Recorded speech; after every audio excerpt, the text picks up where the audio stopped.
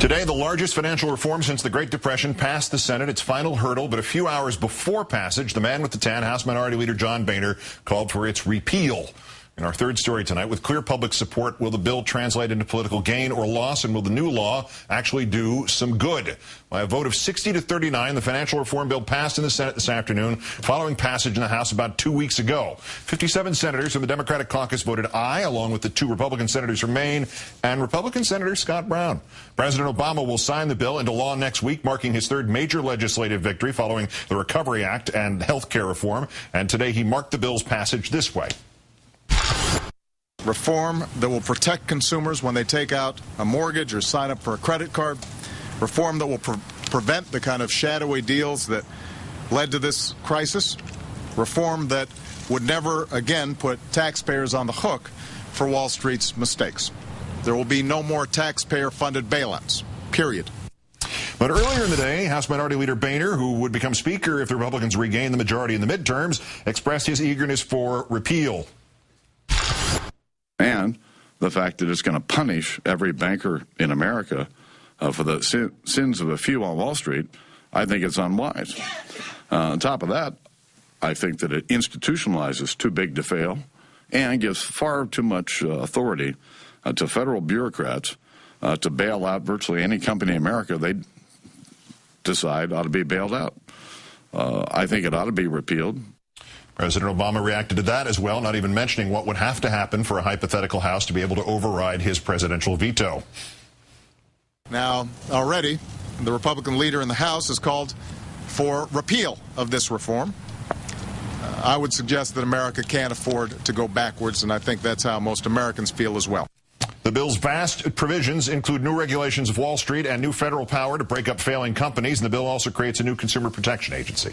Is it enough? Let's bring in the co-director of the Center for Economic and Policy Research, Dean Baker. Mr. Baker, thanks for your time tonight.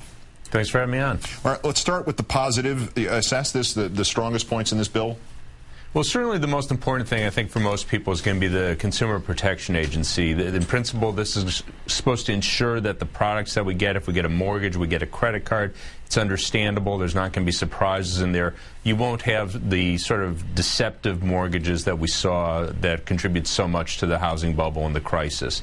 We also have resolution authority that President Obama was referring to. That means there will be an orderly process if you have an AIG-type situation, a non-bank, a large financial institution, it's not a bank, in principle, will give us a mechanism through which we could unwind that. The other really important point, at least in my view, is that you're going to have a lot of these derivatives will be traded over the counter, in clearinghouses or on exchanges, so that you won't end up again with an AIG sitting there with hundreds of billions of dollars of commitments that it can't make good on. So those are what I would consider the 3 most important points in this bill. What did it miss?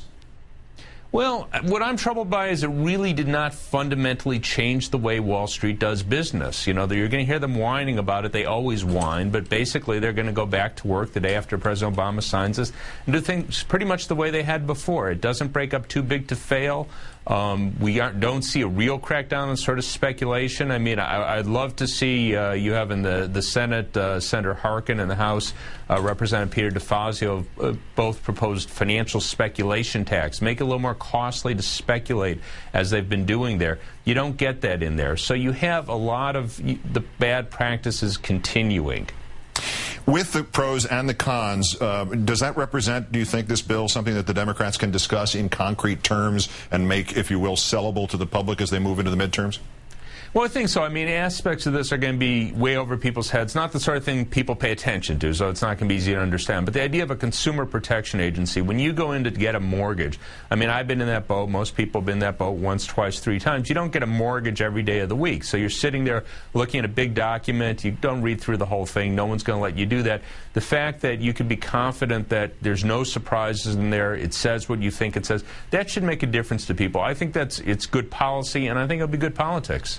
And from the reverse side of this, even if the GOP gives up on the idea of, oh, well, it just passed, let's repeal it, like everything else, what are they going to go after? What are they going to demonize?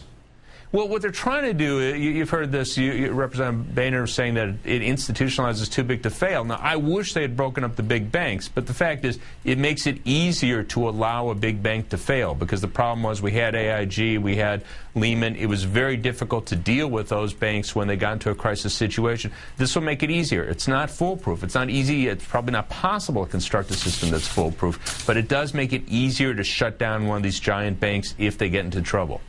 Dean Baker, co-director of the Center for Economic and Policy Research. Thank you again for your time tonight. Thanks for having me on.